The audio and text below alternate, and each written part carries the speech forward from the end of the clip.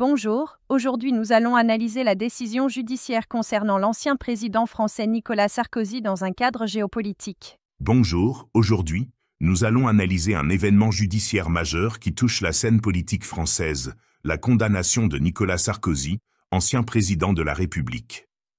Le tribunal correctionnel de Paris a condamné l'ancien président Nicolas Sarkozy à 5 ans de prison, dont une partie ferme, dans l'affaire du financement libyen. La peine est assortie d'un mandat de dépôt à effet différé avec exécution provisoire. Concrètement, il ne sera pas incarcéré immédiatement, mais l'ordre de détention est bel et bien prononcé et devra être exécuté prochainement. L'ancien chef de l'État est convoqué le 13 octobre par le parquet national financier afin de fixer les modalités pratiques de son incarcération, date, lieu et conditions. Même en cas d'appel, l'exécution de la peine ne sera pas automatiquement suspendue en raison de la mention des « exécutions provisoires » décidées par le tribunal. Les raisons de la condamnation. Le jugement repose sur la qualification d'association de malfaiteurs. Le tribunal a estimé qu'en tant que figure centrale, Nicolas Sarkozy pouvait être juridiquement tenu responsable des agissements de ses collaborateurs.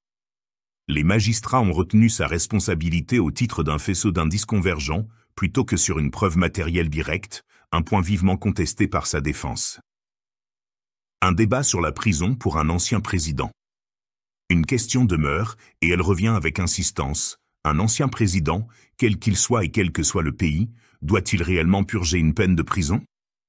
La condamnation pour des faits contraires à la loi paraît justifiée, mais l'incarcération d'une personnalité ayant incarné l'État interroge sur ses conséquences pour l'image nationale.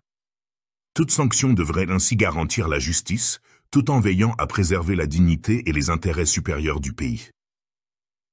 Un héritage politique non contesté. Dans le contexte actuel, le débat médiatique se concentre moins sur son bilan politique, notamment la guerre en Libye, que sur la décision judiciaire. Par contre, nous devons rappeler que certaines familles de victimes de l'attentat du vol Utah en 1989 se sont constituées partie civile, les mêmes dignitaires libyens impliqués dans cet attentat figurant également dans le dossier du financement présumé de la campagne de Nicolas Sarkozy. Mais au-delà de ces critiques politiques, la justice française a tranché, l'ancien chef de l'État est désormais condamné. Une affaire aux répercussions internationales. Malgré son appel, ce qui est contesté par la défense, Nicolas Sarkozy devra exécuter sa peine. Ce verdict constitue un tournant historique, la condamnation d'un ex-président français devient une affaire d'ampleur internationale. Sa situation, en tant que personnalité publique et symbole politique, projette une image forte de la France aux yeux du monde.